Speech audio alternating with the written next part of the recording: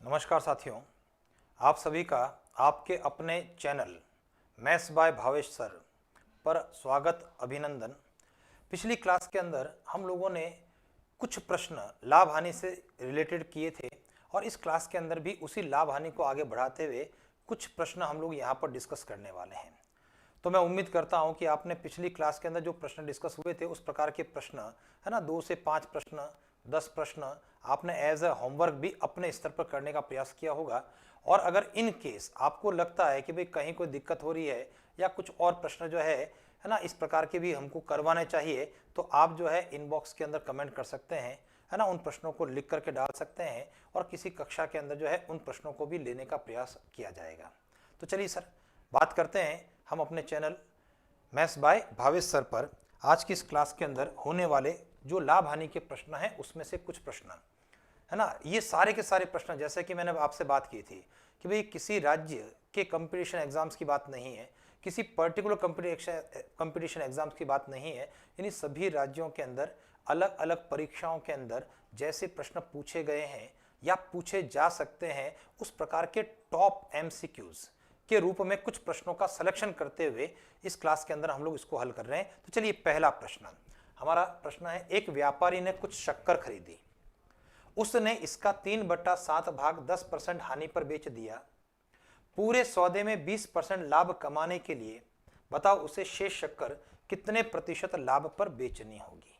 अगर आप देखेंगे एक तरीके से तो हमारे लिए काफी कॉम्प्लिकेट प्रश्न नजर आ रहा है। आप देख भी रहे हैं कि सर स्क्रीन का जो है काफी हिस्सा तो आपने जो है इस प्रश्न के माध्यम से भर दिया है। नो डाउट सर, हम इतने में इसका उत्तर निकालने वाले हैं, है ना, बहुत आसानी से।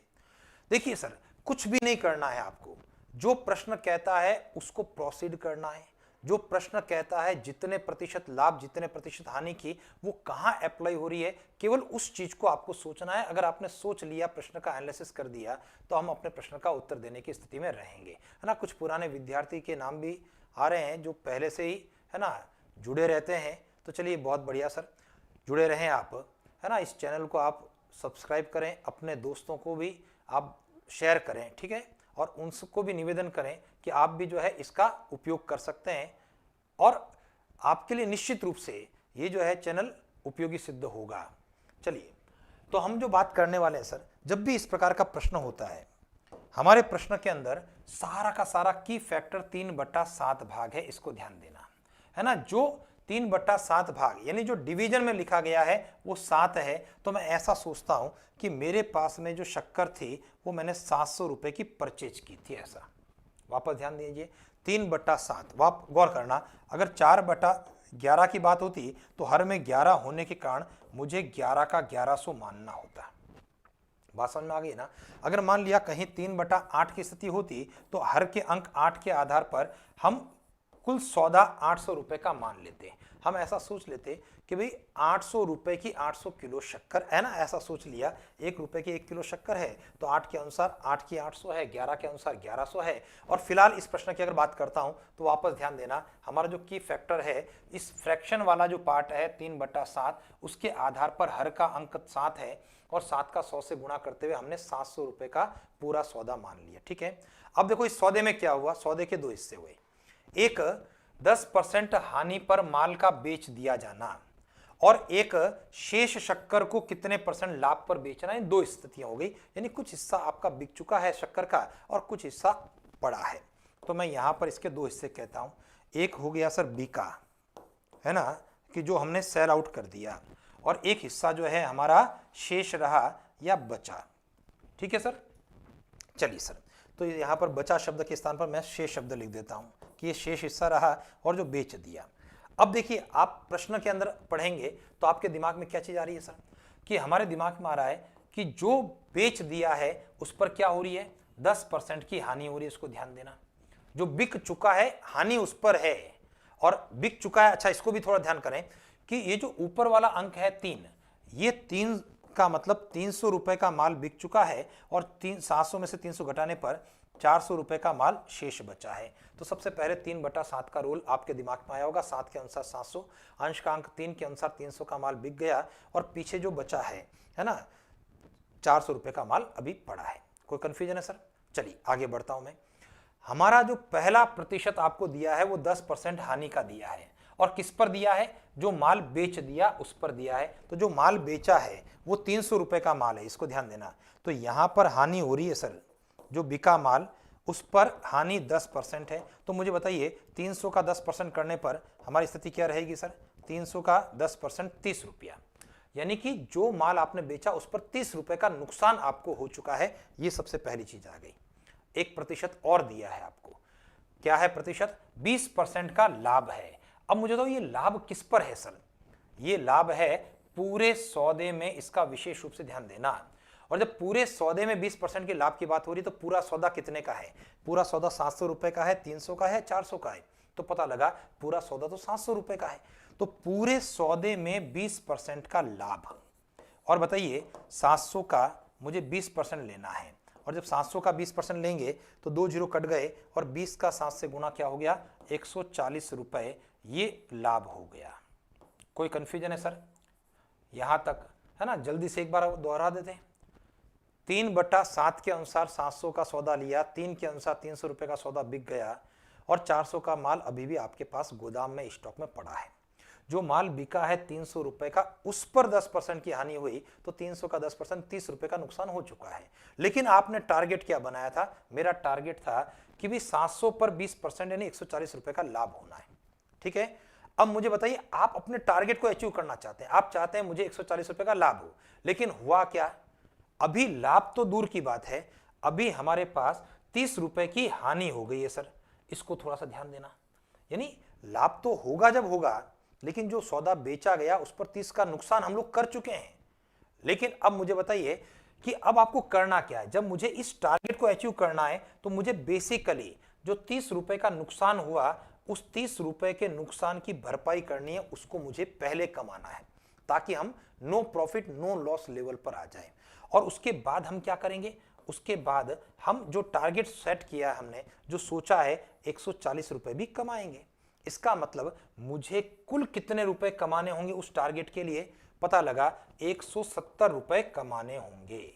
वापस समझने का प्रयास करें, क्योंकि जैसे मान लिया कि आप किसी बिल्डिंग को बनाना चाहते हैं, आप चाहते हैं कि 10 फुट ऊपर है ना एक जो है टावर बनाए, या ठीक है पिलर बनाए 10 फुट का। लेकिन अभी हुआ क्या? 10 फुट का पिलर बनना दूर की बात है, 3 फुट का आपने खड्डा खोद दिया। तो पहले तो उस खड्डे को भरेंगे सर आप, है ना, नींव लगाएंगे पत्थर के, उसके बाद आप ऊपर 10 फुट यानी टोटल 13 फुट की जब चिनाई करेंगे, तब जाकर के आपका पिलर तैयार होगा। तो वही स्थिति है, 30 रुपए का नुकसान, उसकी भरपाई सबसे पहले करना, और उसके बाद 140 का लाभ कमाना। तो 30 और 140 मिलकर के 170 रुपए कमाना।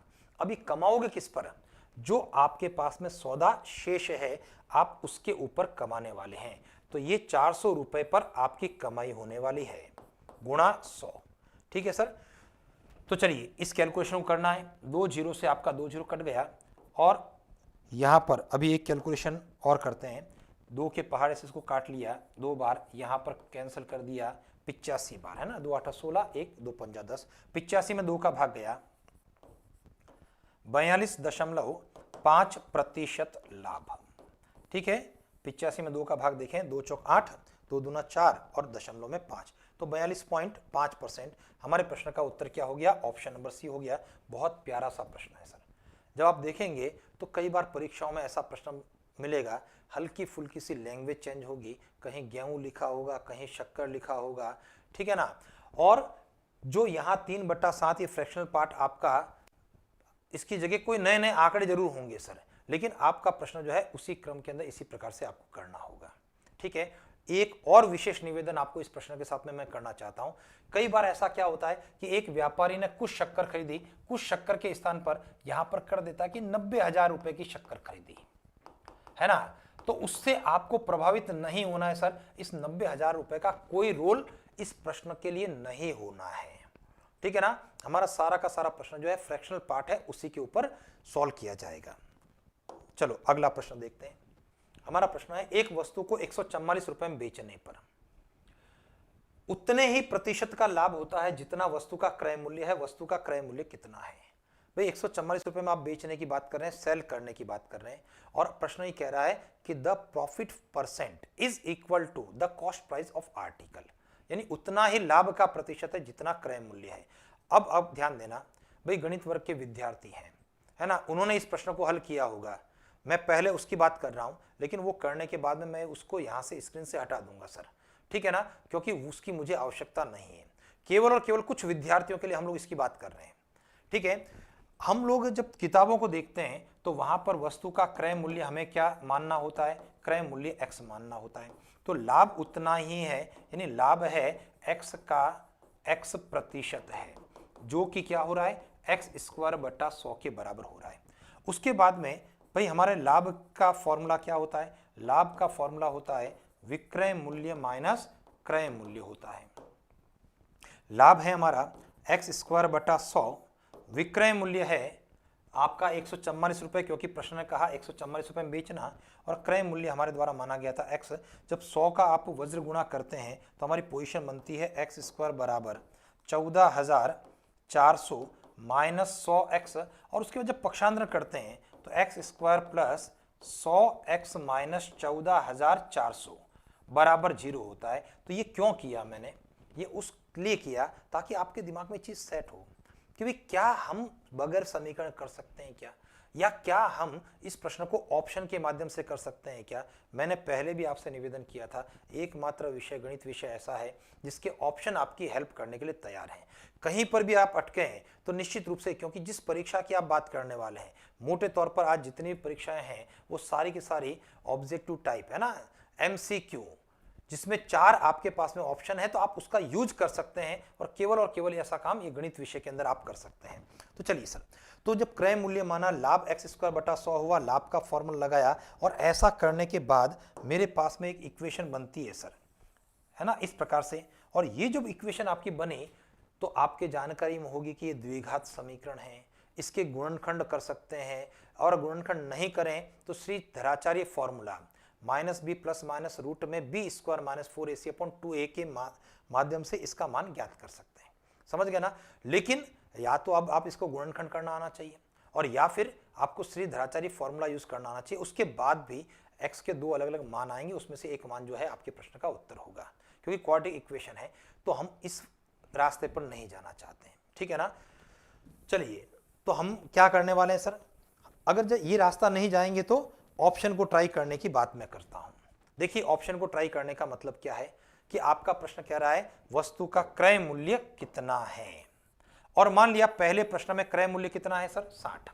ध्यान दीजिए, ऑप्शन नंबर ए को मैं ट्राई कर रहा हूं, वस्तु के क्रय मूल्य की बात हमारी 60 है, लाभ कितना है, प्रॉफिट उतना ही प्रतिशत है, तो 60 का 60% लाभ है, और 60 का 60% लाभ का मतलब 36 है, और आपके प्रश्न का उत्तर क्या बना, 96 रुपए। जब क्रय मूल्य के साथ में लाभ जोड़ा जाएगा तो 96 रुपए आपका विक्रय मूल्य हुआ। तो ये आपके प्रश्न का उत्तर नहीं है, ऑप्शन ए मेरे प्रश्न का उत्तर नहीं है, ठीक है सर। एक ऑप्शन और चेक करते हैं, चूंकि मुझे पता है कि इसका आंसर ऑप्शन बी है, तो मैं फिलहाल बी को स्किप करता हूं 1 मिनट के लिए, है ना। जब आप परीक्षा में करेंगे तो जो आपका बी ऑप्शन है वो आपको मिल जाएगा सर। अभी मैं वापस से एक बार चेक करवाता हूं कि भी किस प्रकार से हम ऑप्शन को ट्राई कर रहे हैं।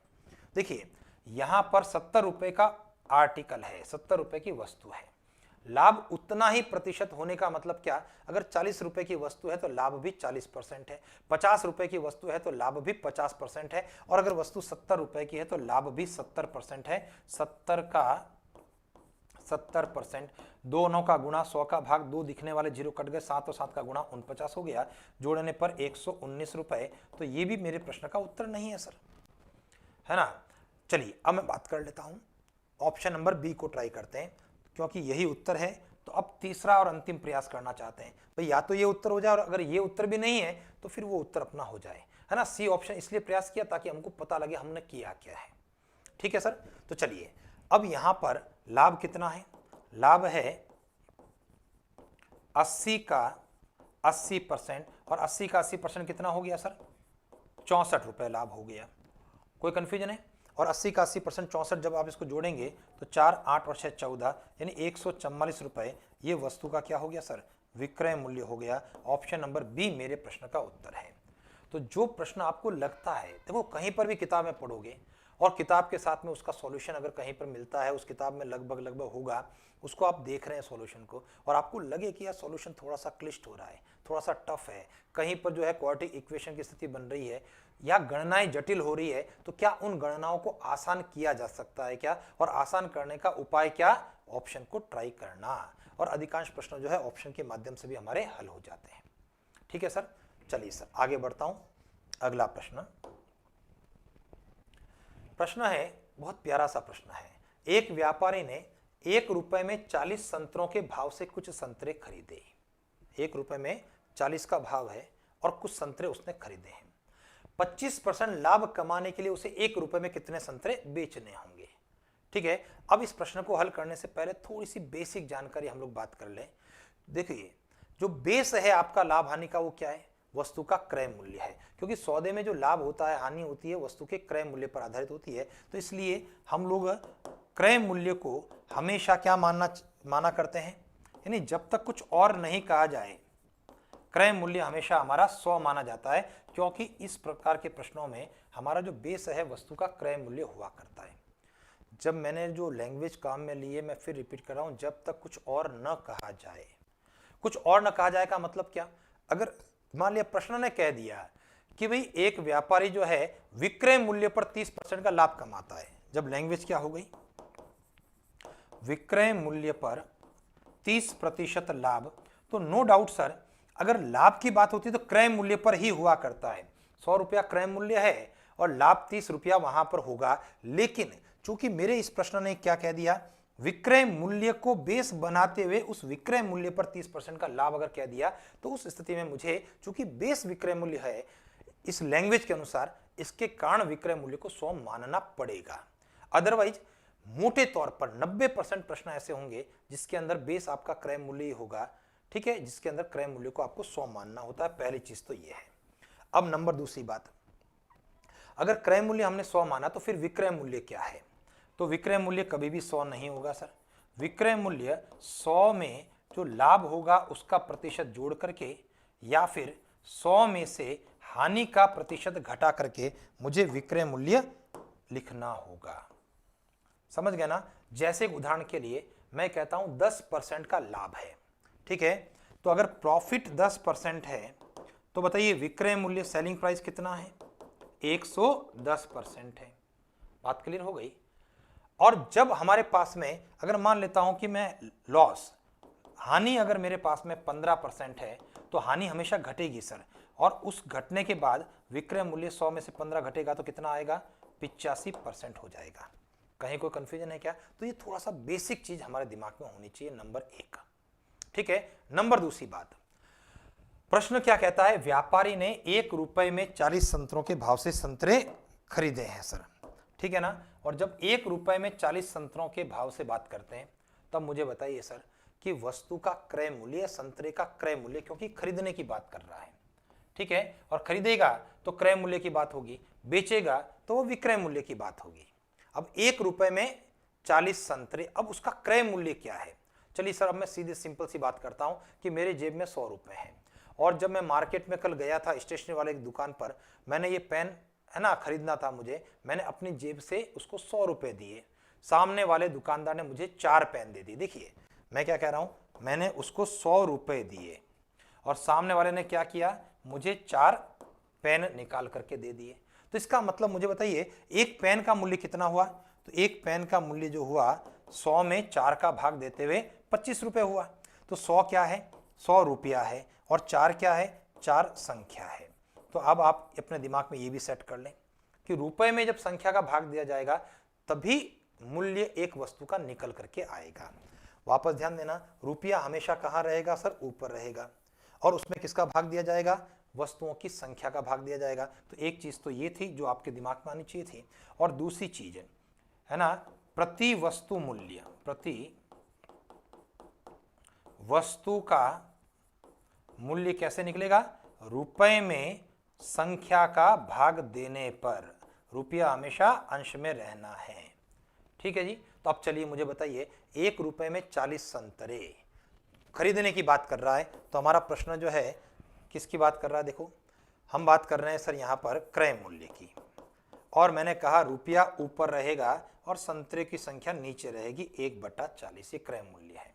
ठीक है, अब मुझे बताइए कि अगर ये क्रय मूल्य है तो किसके बराबर है। मैंने यहां पर डिस्कस किया था कि क्रय मूल्य आपका बेस है और क्रय मूल्य बेस होने के कारण ये 100% के बराबर हुआ, यानी ये जो आंकड़ा है वो आपका 100 के बराबर है या 100% के बराबर है।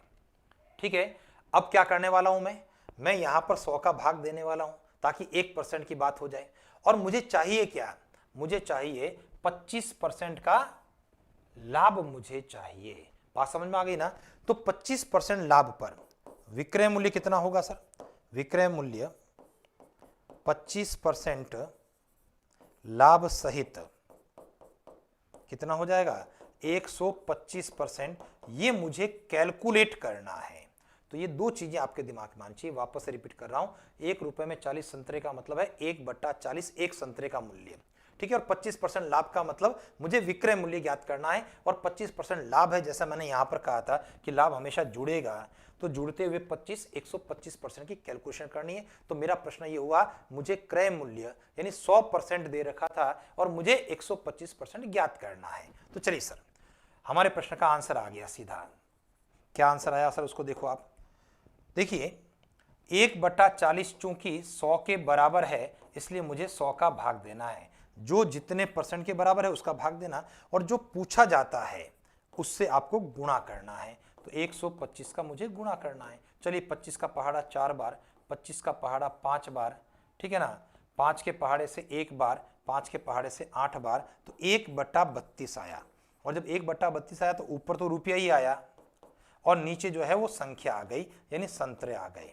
तो इसका मतलब हमारे प्रश्न का उत्तर क्या रहा, हमारा जो आंसर रहा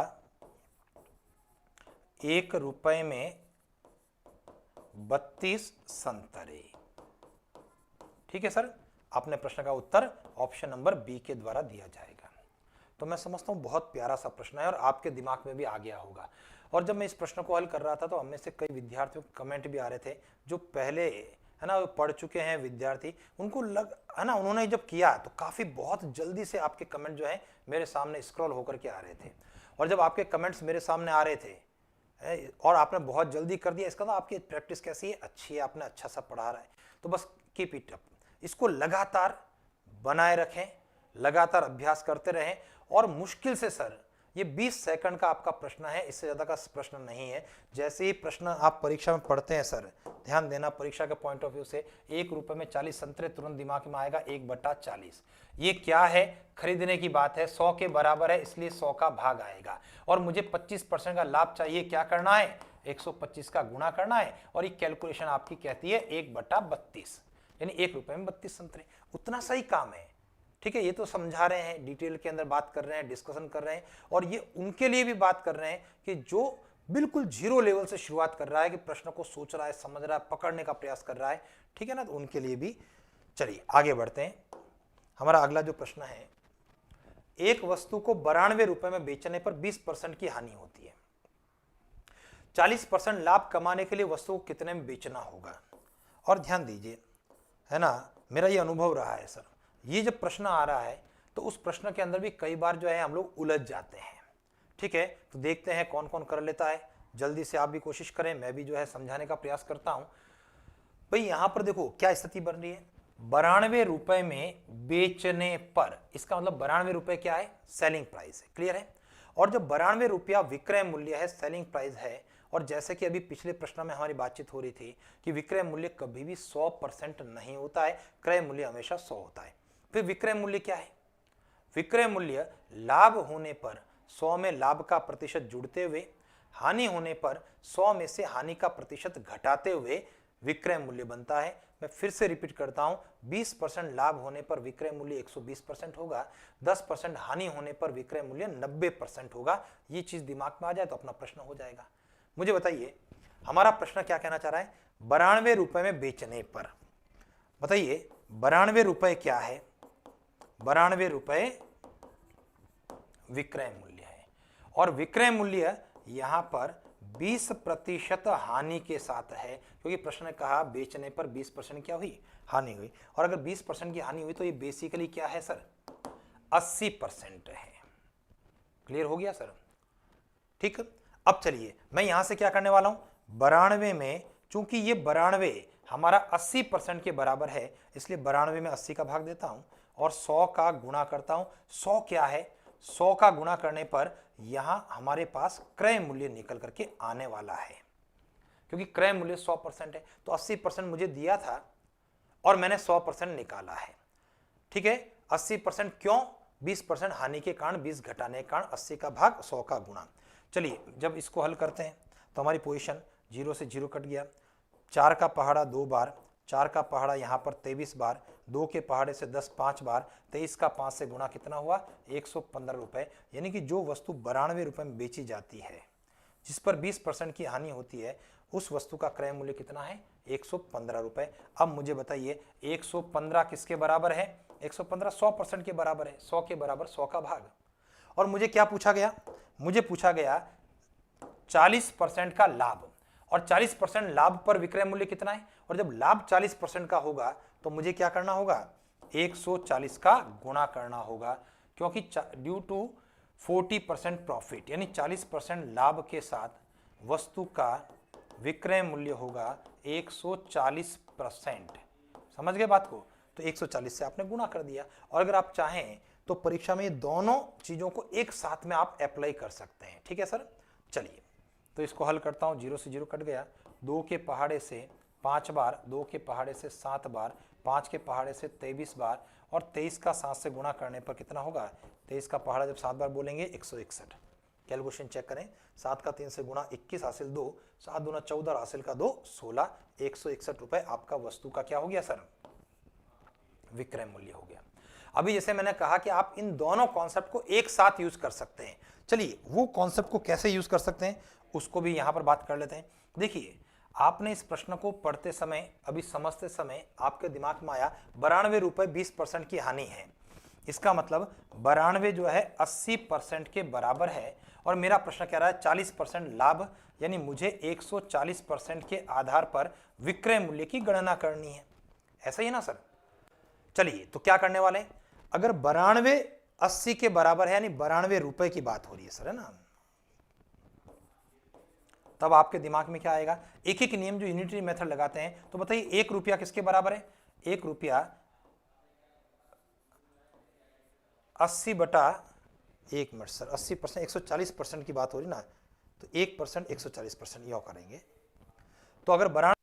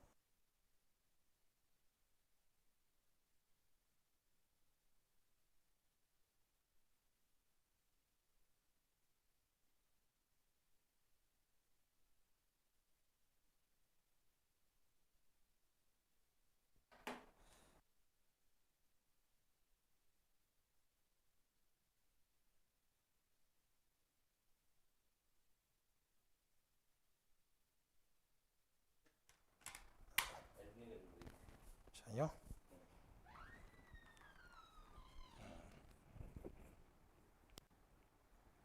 चलिए सर वापस आगे बढ़ते हैं। थोड़ी सी जो है बैटरी चेंज करनी पड़ी थी, है ना, इसलिए हो सकता है थोड़ा सा आपको महसूस हुआ हो। चलिए, तो 92 रुपये चूंकि 80% के बराबर है, तो 140% कितना है? यूनिटरी मेथड एक एक नियम हम लोग लगा सकते हैं कि अगर 80% 92 तो 1% क्या हुआ? 92/80 हुआ। और मेरा जो प्रश्न कह रहा है कि वो 140% कितना है, तो 140% का मतलब क्या हुआ? 92/80 गुणा 140। आप सीधी इस कैलकुलेशन को करते हुए भी अपने प्रश्न का उत्तर दे सकते हैं। जैसे 0 से 0 कट गया, 4 के पहाड़े से 2 बार कटेगा, 4 के पहाड़े से यह 23 बार कटेगा, 2 के पहाड़े से 14 7 बार कटेगा, और 23 और 7 का गुणा जो होगा वो 161 रुपये होगा। तो आप यहाँ पर एक एक नियम, जिसको आप कहते हैं यूनिटरी मेथड, 80% का मान आपके पास में था, 20% की हानि के कारण 1% निकाला 80 का भाग देते हुए, और 140% निकाला 140 का गुणा करते हुए। चलिए सर, आज की क्लास के अंदर आगे बढ़ते हैं, अगले प्रश्न के बारे में बात करते हैं। देखिए सर, एक बहुत प्यारा सा प्रश्न आपके सामने और आ रहा है, और इतना प्यारा सा प्रश्न है सर कि जब परीक्षा में देखा गया तो लगभग ये प्रश्न जिन जिन परीक्षा में आया ना, तो अगर इस प्रकार का प्रश्न है तो इन्हीं संख्याओं के साथ में भी आया। खास बात ये रही इस प्रश्न की, ठीक है। एक व्यापारी ने 1 रुपए में 2 नींबू के भाव से कुछ नींबू खरीदे। उसने इतनी ही संख्या में नींबू 1 रुपए में 3 नींबू के भाव से भी खरीदे, यानी कि 2 दुकानों के सौदे हैं। 1 रुपए में 2 नींबू और 1 रुपए में 3 नींबू के भाव से नींबू खरीदे। उसने इनको 2 रुपए में 5 नींबू के भाव से बेच दिया, यानी खरीदते समय 1 रुपए में 2 नींबू का भाव, और खरीदते समय फिर से 1 रुपए में 3 नींबू का भाव, और बेचते समय 2 रुपए में 5 नींबू के भाव से बेच दिए। पूरे सौदे में कितने % लाभ या हानि हुई? और एक बात ध्यान करना कि भाई यहाँ जो ऑप्शन लिखे गए हैं ना, उसके साथ में एक ऑप्शन इस प्रकार से हुआ करता है सर, है ना। जो 4 ऑप्शन है, 4 ऑप्शन में से एक ऑप्शन ये होगा, ऑप्शन नंबर ई मैं मान लेता हूं, बना लेता हूं कि न लाभ न हानि, ठीक है। ये option number D C B, इस प्रकार से कोई भी 4 ऑप्शन में एक ऑप्शन रहेगा। यहां पर 4 ऑप्शन में कुछ अलग ऑप्शन है।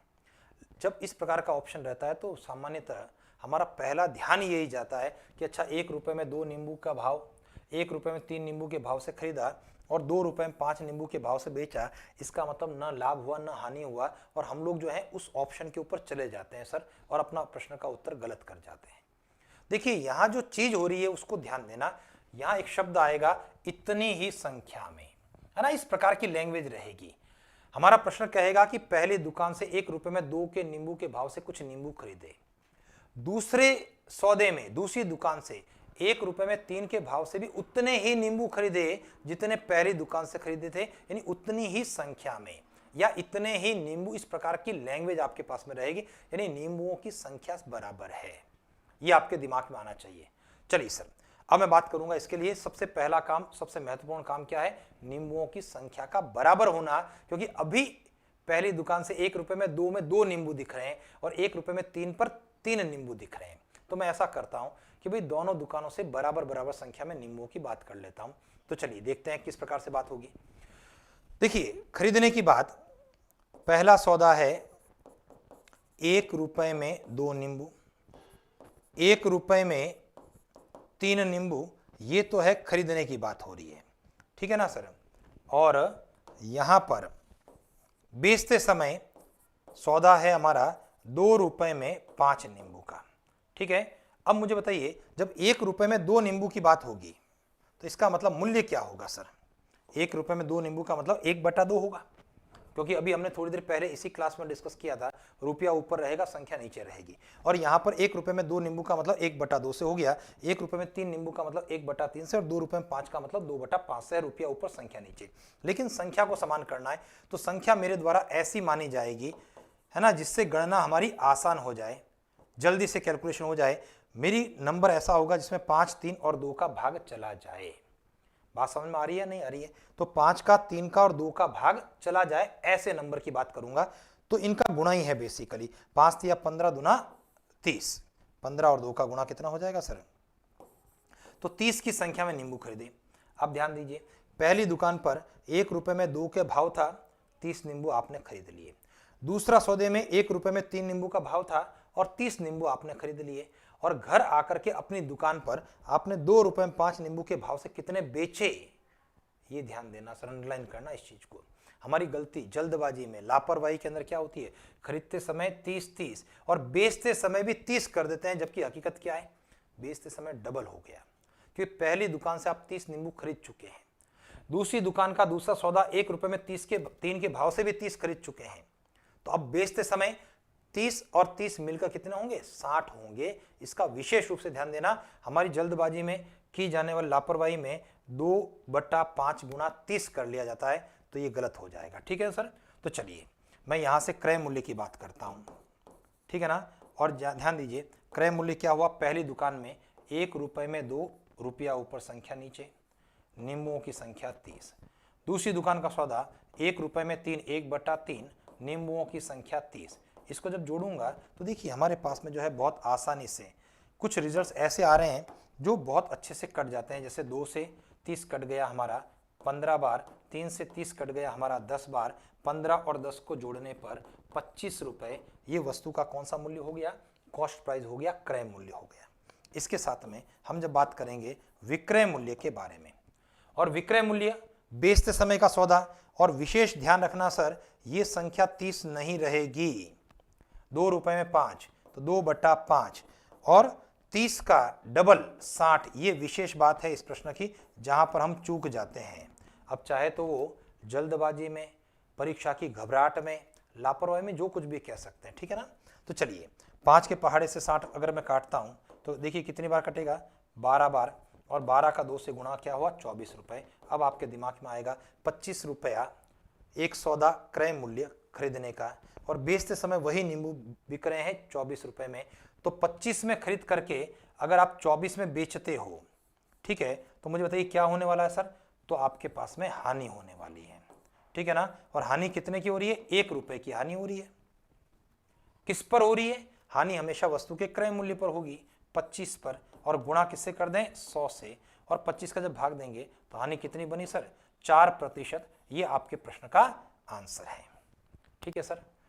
तो चलिए सर, है ना, कुछ अच्छे प्रश्नों का कलेक्शन लेकर के हम लोगों ने यहाँ पर कुछ प्रश्नों को सीखने समझने का प्रयास किया। और जैसे मैंने पहले भी कहा था कि भाई हमारी क्लास बहुत लंबी चौड़ी नहीं होगी, है ना, 30 से लेकर के 40 मिनट के आसपास की अपनी क्लास, जिसको आप बहुत अच्छे से, है ना, पूरे दिन भर के शेड्यूल में से आपको कई प्रकार के काम करने होते हैं, ठीक है ना, हर विषय को आपको पढ़ना होता है।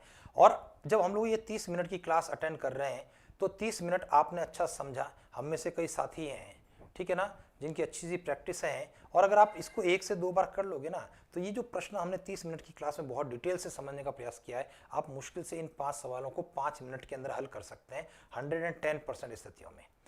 अब जब आप पूरे दिन भर में आपने इनको तैयार किया, आप इसी तरीके से 5 से 10 प्रश्न कर लेंगे तो लगभग 1.5 घंटे का, घंटे भर का काम आपका हो जाएगा, ठीक है सर। तो मैं उम्मीद करता हूं कि ये चीज़ समझ में आ गई, और निश्चित रूप से आप प्रैक्टिस करेंगे और मेरे साथ में लगातार आप बने रहेंगे। और इसकी पैनल पीडीएफ हम लोगों को भावेश मैथ्स इस ऐप के ऊपर अवेलेबल होने वाली है। और जैसा कि मैंने पहले भी कहा था और फिर से मैं बात कर रहा हूं कि इस भावेश मैथ्स ऐप के ऊपर, है ना, 11 तारीख से जो है अपने टेस्ट सीरीज भी शुरू होने वाली है। आप उस टेस्ट सीरीज को दें, और इसके साथ में जो है वहां पर आप लोगों के लिए, है ना, जिस रविवार को कोई एजेंसी के द्वारा एग्जाम नहीं है, उस रविवार को टेस्ट भी शेड्यूल किया जाएगा, जहां पर इस भावेश मैथ्स ऐप के माध्यम से उस टेस्ट को भी आप दे सकते हैं। तो चलिए, उम्मीद करता हूं कि आप बने रहेंगे, ठीक है, और आपके वैल्यूएबल कमेंट्स हमें इसी प्रकार से प्राप्त होते रहेंगे और मेरा उत्साहवर्धन करते रहेंगे। निश्चित रूप से ये क्लास आपके लिए उपयोगी सिद्ध होगी, और इसी उम्मीद के साथ, इसी विश्वास के साथ में आज के लिए आप सभी का बहुत बहुत धन्यवाद। हम फिर से मिलेंगे कल रात 9 बजे। धन्यवाद।